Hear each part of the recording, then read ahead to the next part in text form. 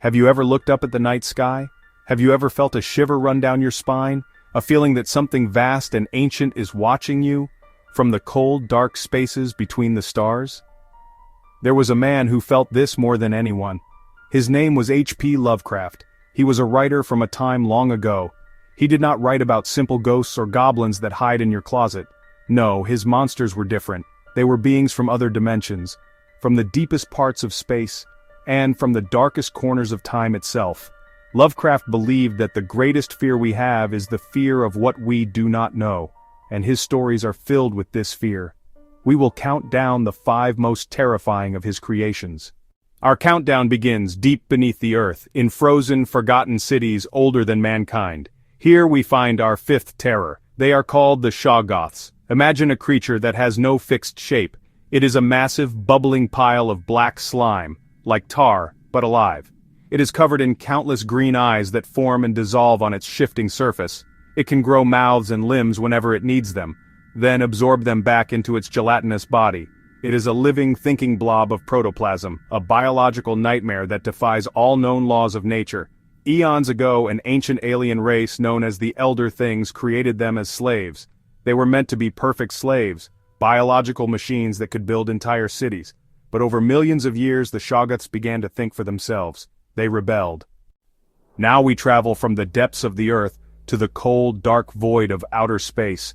Our 4th horror comes from a planet you cannot find on any star chart. They are the Mygo.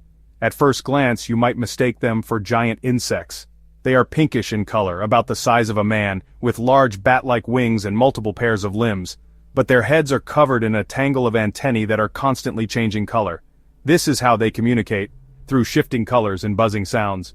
The Mygo are brilliant scientists. They travel to Earth not to conquer it, but to mine a rare mineral found in remote mountains. They are secretive, and if you stumble on their operations, you will learn their terrible secret. They can remove a living human brain and place it inside a metal cylinder. In that cylinder, the brain can live, see, hear, and speak through machines attached to the container. They promise eternity among the stars, but at the cost of your body and your freedom. Why is this terrifying? It is the violation of the self, the idea of being reduced to a brain in a jar. You would be helpless, a prisoner in a metal can, completely at the mercy of your alien captors. They whisper promises of cosmic wonders from hidden places in our own world, dark forests and lonely mountains.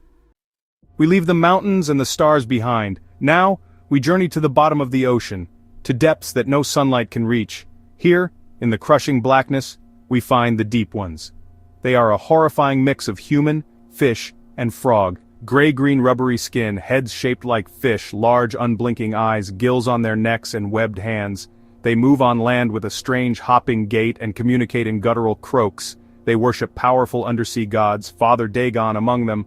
Their true horror lies in their connection to us, a pact with isolated coastal towns like Innsmouth. In exchange for gold and an endless supply of fish, townspeople must offer sacrifices, or worse, they must breed with the deep ones. Children look human at first, but as they age, a terrible transformation begins. Their skin becomes scaly, their eyes bulge, taking on the Innsmouth look. This is a slow, creeping horror, a biological curse written in their genes, corrupting one generation at a time, victims and collaborators becoming the monsters they feared. A cold, wet immortality awaits beneath the waves. A being that walks among us. Our second abomination is not some beast hiding in the dark. It is a messenger, a herald, a soul of the outer gods. Its name is Nyarlathotep. Unlike other beings, Nyarlathotep has a personality, malicious, cruel, deceptive. He brings madness and chaos to the human race. He actively seeks to deceive and destroy us. Known as the crawling chaos, he has 1,000 forms. Sometimes a prophet, sometimes a scientist, sometimes a politician or preacher. He can be anyone.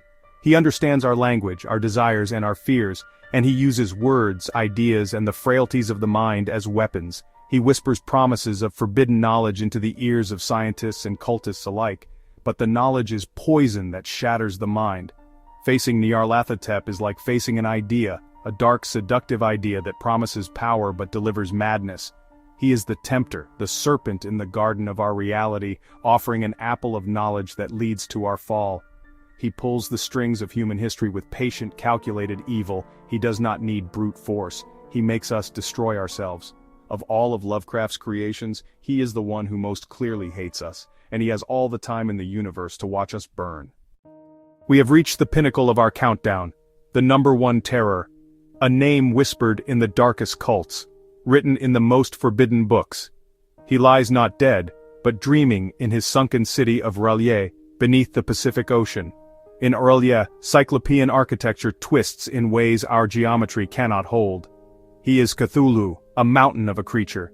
To describe his form is to risk madness. A head like an octopus, a mass of writhing tentacles where a mouth should be, a scaly rubbery torso and long leathery wings. He is a god, an alien deity who came to Earth from the stars eons ago. But he is trapped. He lies in a deep slumber, waiting for the stars to be right. When the constellations align, he will awaken and rise from the depths. His awakening will not come as a war we understand, but as a wave of madness that washes across the planet. Humanity will be driven insane, reveling in chaos and slaughter, celebrating the return of their new master. We will be swept aside like dust. The terror of Cthulhu is the terror of utter insignificance. He is so vast, so powerful, and so ancient that our lives and civilizations are less than meaningless to him. His very thoughts, broadcast from his sunken city, are enough to drive sensitive people mad. Thunglui Maglun of Cthulhu R'lyeh Wuganago Ftan. What is it that makes these beings so truly scary? It is not just their tentacles or strange appearances. Lovecraft was a man of science, fascinated by astronomy, biology, and physics, and he used the science of his day to make his horror credible. The Shoggoths are a nightmare of uncontrolled cellular life. The Deep Ones are a corruption of evolution and genetics. The Migo turned surgery and neurology into a personal hell. He took the things that were supposed to give us power, our bodies and minds, and made them fragile.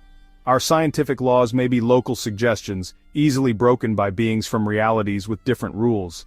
Learning the truth can shatter sanity. Lovecraft's monsters are terrifying because they are beyond our comprehension. Humans are creatures of pattern and understanding. We like to have answers. Knowledge gives us a sense of control and safety. This is why the dark has always been frightening, not for itself, but for what we cannot see in it.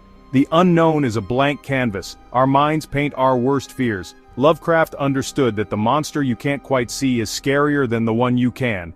He gives glimpses, fragments, letting our imagination do the heavy lifting. This fear is primal, an evolutionary trait. Lovecraft taps into that rustling in the bushes of reality. He suggests that beyond the veil are things so powerful that knowing they exist would be enough to break our minds. So why, after all these years, do these monsters still haunt us? Lovecraft did not just create monsters, he created a feeling, dread, smallness, a sense of our insignificance. We have peered into galaxies, unraveled atoms and DNA, but the more we learn, the more unknowns appear. That keeps the fear alive. His horrors feel more relevant than ever, philosophical challenges that force us to confront our place in the cosmos. He opened a door in our minds and showed us a universe ancient, alien, and awe-inspiringly terrible. His monsters are the gatekeepers to that universe. They remind us to stay humble. Some doors are best left unopened, for in the cold, silent darkness between the stars, great and ancient things are stirring. They are waiting, always waiting.